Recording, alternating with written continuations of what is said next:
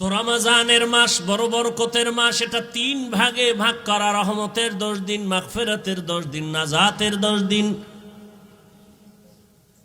এই বরকতের মাস আল্লাহ কেন দিয়েছেন? তাকওয়া অর্জন করার জন্য। তাকওয়া মানে আল্লাহর ভয়। আল্লাহর ভয় মানে কি? বলে আল্লাহর ভয়টা যার অন্তরে থাকবে ওই বান্দার নাম হবে মুত্তাকি। মুত্তাকিনদের জন্য বিনা হিসাবে জান্নাত। আল্লাহর ভয় যার অন্তরে থাকবে ওই বান্দা গুনাহ কখনো করবে না। আল্লাহর ভয় এমন এক দামি সম্পদ, এই ভয়টা অন্তরে জমা করাটা রোজার দ্বারা যেমন সহজ, অন্য আমলের দ্বারা সহজ না। যেমন রোজাদারকে দেখবেন সারাটা দিন রোজা রাখে, ক্লান্ত, ইফতারির আর আধা ঘন্টা সময় বাকি, তখন এমন ক্ষুধা লাগে পেটের ভেতরে, সামনে পানি তাই পাইলেই মনে হয় এক টানে 3 লিটার থাকবে না।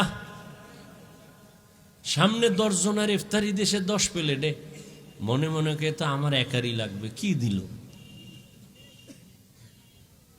মনে মনে দোয়া ইনুস পরে 2-1 জন উঠতে যাইতো, তাহলে 2 প্লেট আমি পাইতাম। যদি বলা হয় এই রোজাদার, বুঝছি খুব ক্ষুধা, তুমি দরওয়াজা জানালা বন্ধ করে যাও, একটা রুমের মধ্যে ঢুকে তুমি পানি পান করো, একা একা, কেউ দেখবে না, কোনো রোজাদার করবে নি। কেন? আল্লাহর ভয়। পানির মধ্যে ডুব দিয়ে গোসল করবে, কিন্তু 1 ঢোক পানিও পান করবে না, এটাই আল্লাহর ভয়। সামনে খানাও রেডি, পেটেও ক্ষুধা, খায় না। খানাটা তো আর হারাম না, এই মুহূর্তে খায় না কেন? আল্লাহর ভয়। এই সাধনাটা বাকি 11 মাস রাখো। রোজার মাসে যেমন সাধনা করছো, ক্ষুধাও আছে, খানাও আছে, খাও না কেন? আল্লাহর আইনে জায়েজ নাই। ঠিক 11 মাস এই আইনটা জারি রাখো, ক্ষুধাও আছে, খানাও আছে, পাইলেই খাইও না, আগে হিসাব করো আল্লাহর আইনে খানাটা হালাল না হারাম। 11 মাস এই সবক যদি আদায় করে তাহলে কেউ হারাম খাইতে পারে না। আর হারাম খাইলে এর শাস্তি কিয়ামতে হবে না, হবে দুনিয়াতেই। কিডনির উপরে আঘাত, লিভার নষ্ট। আর এই হারাম খানাটা আবার অনেক বাবা অবুঝ শিশু সন্তানেরও খাওয়ায়, হারাম টাকা কামাই করে। সন্তানের রক্ত পিওর, স্ত্রীর রক্ত পিওর, কোনো ভেজাল নাই। ও স্বামী নামের কুলাঙ্গার, তুমি হারাম টাকা কামাই করে ঘরের স্ত্রীর রক্ত কেন নাপাক করো বলো? ও বাপ নামের কলঙ্ক, তুমি হারাম টাকা কামাই করে তোমার অবুঝ সন্তানের রক্ত পবিত্র কেন নাপাক করো হারাম খাওয়াইয়া? আল্লাহর কাছে নিজের জবাবই দিতে পারবা না, আবার সন্তানটির জবাবও মাথায় নিলা। এমন বাপ হইছো কেন?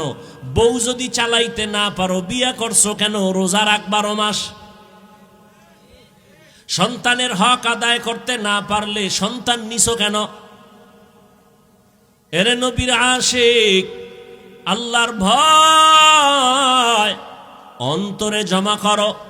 রমজানের রোজার মাধ্যমে এমন বরকত, একটা রোজার দাম কত? হাদিসে পাকে রহমতের নবী বলেন 1 রোজার দাম কয়েকটা জন্মগত কাক। কি চিনেন তো? একটা কাক জন্মগত, কাকের হায়াত অনেক বেশি। কাকের হায়াত কি? অনেক বেশি। একটা কাক জন্ম থেকে উঠাই ডানা মেলে যখন উড়তে শুরু করে খোলা আকাশে, ও যদি উঠতে উঠতে উঠতে উঠতে সামন দিকে যাইতে যাইতে যাইতে যাইতে বুড়া হইয়া যায়।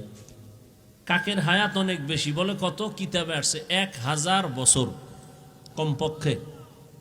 তাহলে একটা কাক যদি জন্ম থেকে 1000 বছর খালি উড়ে, কত দূর যাবে? ক্যালকুলেটরে ধরবে? কম্পিউটারে আসবে? নবীজি বলেন একটা কাক জন্ম থেকে উড়তে উড়তে বুড়া হইতে হইতে কত দূর গেল? 1 একটা রোজাদার এক রোজার বরকতে জাহান্নামের আগুন থেকে তত দূরে সরে যাবে।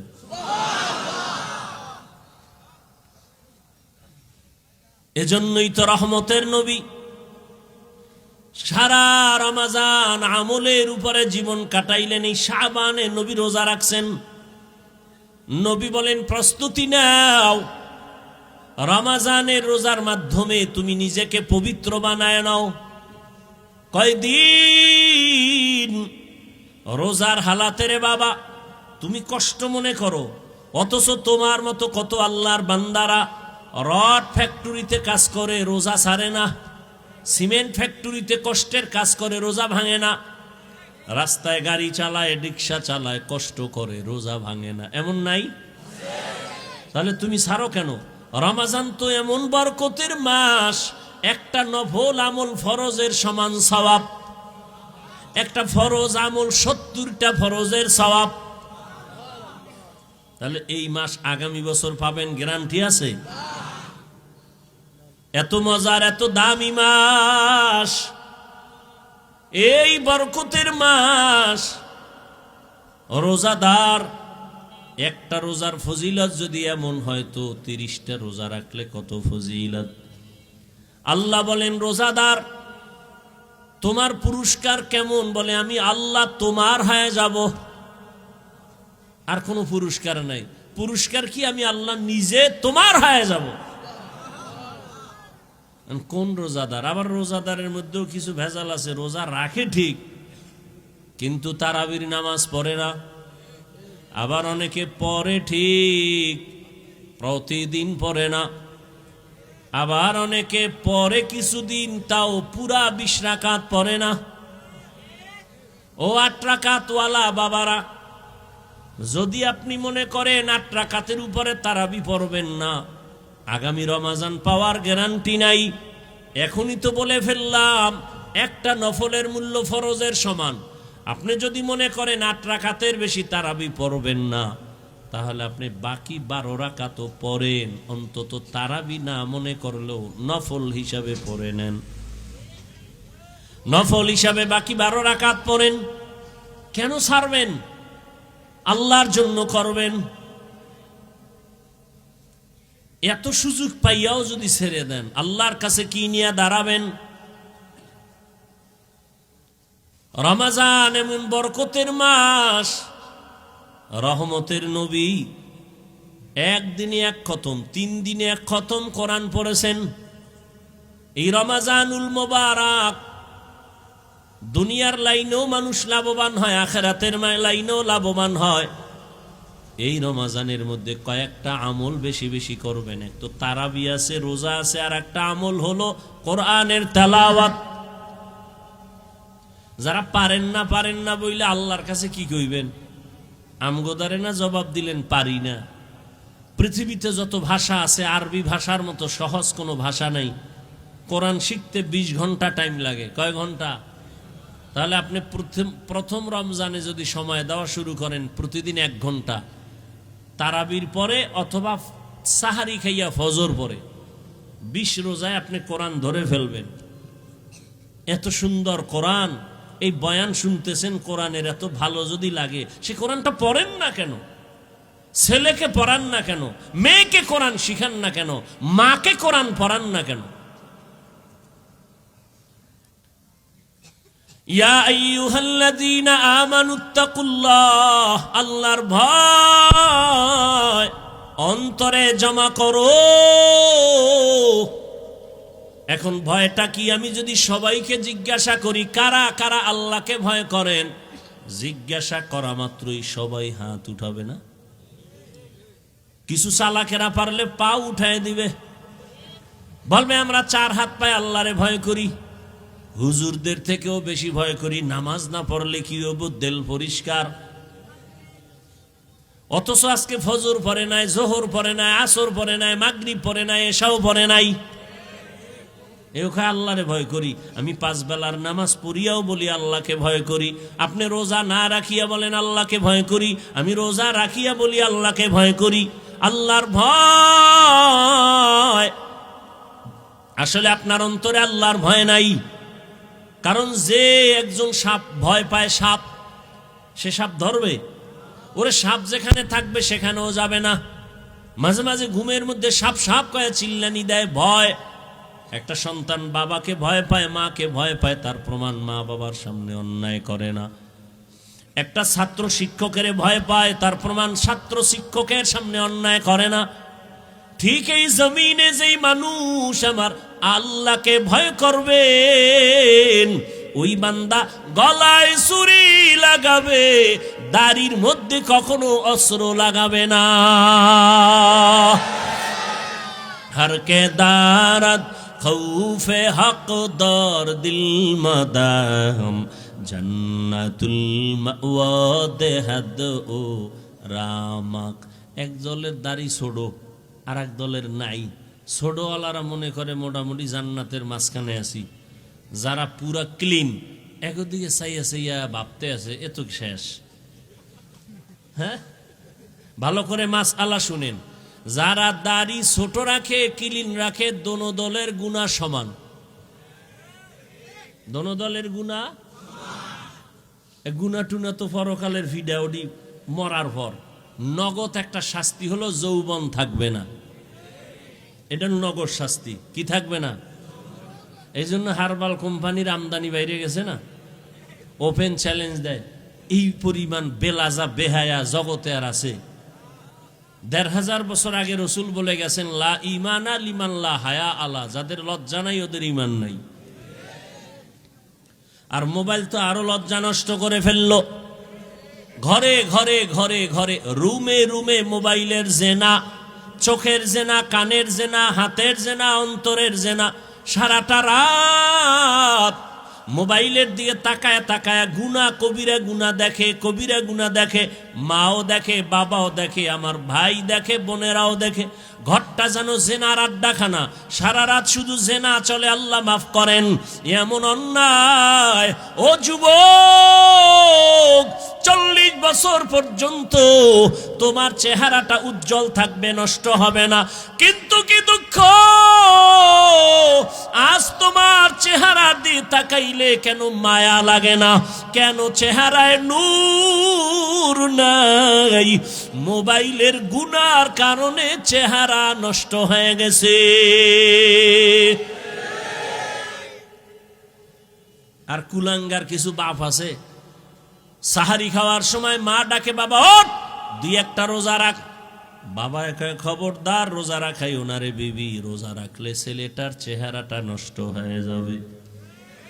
ওই বাবারে পাইলে জিজ্ঞাসা করতাম, এই বাপ নামের কলঙ্ক, সন্তান রোজা রাখলে তোমার চেহারাটা নষ্ট হবে সন্তানের।